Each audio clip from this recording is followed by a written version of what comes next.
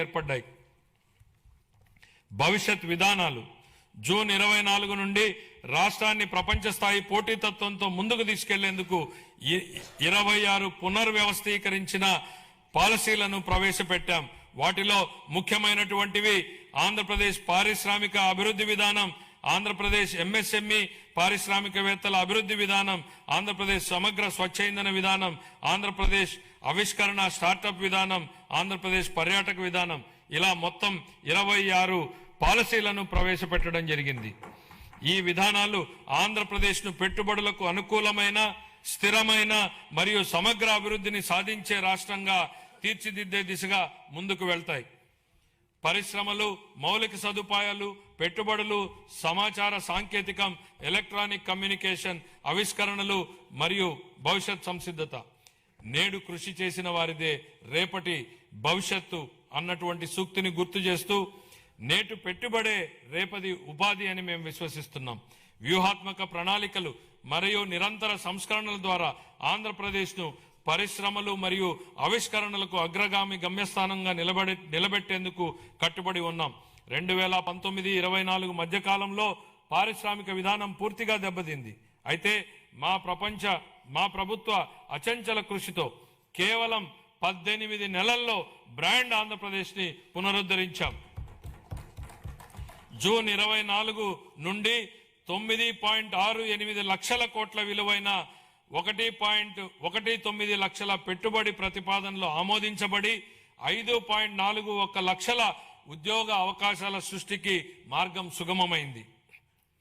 మా విజన్ ప్రపంచంతో పోటీ, స్థానికంగా చేయూత. Compete globally, care locally. ఇటీవల నిర్వహించిన గ్లోబల్ పార్ట్నర్షిప్ సమ్మిట్ 25లో 13.25 లక్షల కోట్లకు పైగా పెట్టుబడి ఒప్పందాలు కుదిరాయి. 16.13 లక్షల ఉద్యోగాల సామర్థ్యంతో 610 ఎంఓయూలు సంతకం చేయబడ్డాయి.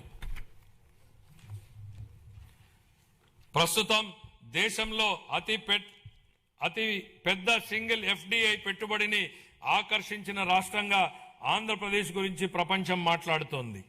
గట్టి అంతర్జాతీయ, జాతీయ పోటీ మధ్య విశాఖపట్నంలో గూగుల్ సంస్థతో $15 బిలియన్ విలువైన ఏఐ ఆధారిత డేటా సెంటర్ స్థాపనకు ఒప్పందం కుదుర్చుకున్నాం.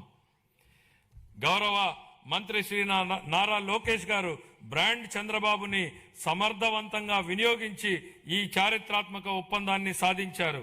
ఆయనను ఆంధ్రప్రదేశ్ చీఫ్ జాబ్ క్రియేటర్ గా కొనియాడటం సముచితం. అదనంగా అనకాపల్లిలో సమగ్ర ఉక్కు కర్మాగారం, నక్కపల్లిలో బల్క్ డ్రగ్ పార్క్, సమగ్ర సౌర సెల్ ప్రాజెక్ట్, 500 సిబిజీ ప్లాంట్లు, కాకినాడలో గ్రీన్ అమోనియం ప్రాజెక్ట్, ఓర్వకల్లులో సెమీకండర్ యూనిట్ వంటి ప్రముఖ పెట్టుబడులని ఆకర్షించగలిగాం. ప్రతి అసెంబ్లీ నియోజకవర్గంలో 1 చొప్పున 175 ఎంఎస్ఎంఈ పార్కులు మరియు కృష్ణపట్నం, ఓర్వకల్లు, కొప్పర్తి పారిశ్రామిక నోడలు అభివృద్ధి చెందుతున్నాయి. రామాయపట్నం 75%, మూలపేట 65%, మచిలీపట్నం 50%, కాకినాడ ఎస్సీజెడ్ పోర్టు 32% వంటి కొత్త పోర్టులు ప్రాజెక్టులు వేగంగా పురోగమిస్తున్నాయి. 1523 కోట్లతో ఫేజ్ 1 మత్స్యకార హార్బర్ల ఆధునీకరణ పనులు ముగింపు దశలో ఉన్నాయి. అలాగే సాగర్మాల 2.0 సహకారంతో ఫేజ్ 2 హార్బర్లను ఈపీసీ పద్ధతిలో పునః టెండర్ చేసి సకాలంలో పూర్తి చేయడానికి చర్యలు చేపట్టాం. భోగాపురం గ్రీన్ఫీల్డ్ విమానాశ్రయాన్ని అల్లూరి సీతారామరాజు అంతర్జాతీయ విమానాశ్రయంగా మార్చబడింది. ఇది 97% పూర్తి అయ్యింది. కర్నూలు జిల్లాలో ఓర్వకల్లో 300 ఎకరాల్లో దేశంలో తొలి సమగ్ర డ్రోన్ సిటీని అభివృద్ధి చేస్తున్నాం. రతన్ టాటా ఇన్నోవేషన్ హబ్ ను రాష్ట్ర ప్రధాన నవకల్పనల వేదిక స్థాపించబడింది. అమరావతి క్వాంటమ్ వ్యాలీ మరియు క్వాంటమ్ కంప్యూటింగ్ సెంటర్ స్థాపన ద్వారా ఆంధ్రప్రదేశ్ డీప్ టెక్ రంగంలో అగ్రగామిగా నిలుస్తోంది. 1990లో ఐటీ విప్లవం ద్వారా లాభపడిన తరానికి పోలికగా నేటి యువత రేపటి సాంకేతిక విప్లవాల ద్వారా లాభపడనున్నారు. 36 పైగా శాఖలు, 139 డేటాబేస్ల సమగ్ర సమన్వయంతో ఏపీ స్టేట్ డేటా లేక్ ద్వారా డేటా ఆధారిత పరిపాలనను బలోపేతం చేశాం. మన మిత్ర వాట్సాప్ సేవలను 150 నుండి 900కు పైగా పెంచి పౌరులకు వేగవంతమైన సేవలు అందిస్తున్నాం. దీని ద్వారా పౌరుల ప్రభుత్వ కార్యకలాపాలు భౌతిక సందర్శన గణనీయంగా తగ్గడమే కాకుండా నిర్ధారించిన సమయంలో పౌర సేవలను పొందగలుగుతున్నాం. 1 ఏప్రిల్ 26 నుండి చేనేత కార్మికులకు నెలకు 200 యూనిట్లు, పవర్లూమ్ కార్మికులకు 500 యూనిట్ల వరకు ఉచిత విద్యుత్ అందించనున్నాం. దీనివల్ల 1,00,000కు పైగా కుటుంబాలు లాభపడతాయి. పరిశ్రమలు వాణిజ్య శాఖకు 3,161 కోట్లు, మౌలిక సదుపాయాలు పెట్టుబడుల శాఖకు 1,283 కోట్లు, సమాచార సాంకేతికం కమ్యూనికేషన్ శాఖకు 536 కోట్లను ప్రతిపాదిస్తున్నాను. పౌర సరఫరాల శాఖ దీపం 2.0 కింద 1.8 కోట్ల మహిళలకు సంవత్సరానికి 3 ఉచిత ఎల్పీజీ సిలిండర్లను అందిస్తూ 2,897 కోట్లను వారి ఖాతాల్లో జమ చేశాం. ధాన్యం కొనుగోళ్లలో దేశానికే ఆదర్శంగా నిలిచాం. 12 ఫిబ్రవరి 26 నాటికి 8.54 లక్షల రైతు ఖాతాల్లో 10,580 కోట్ల రూపాయలు జమ అయ్యాయి.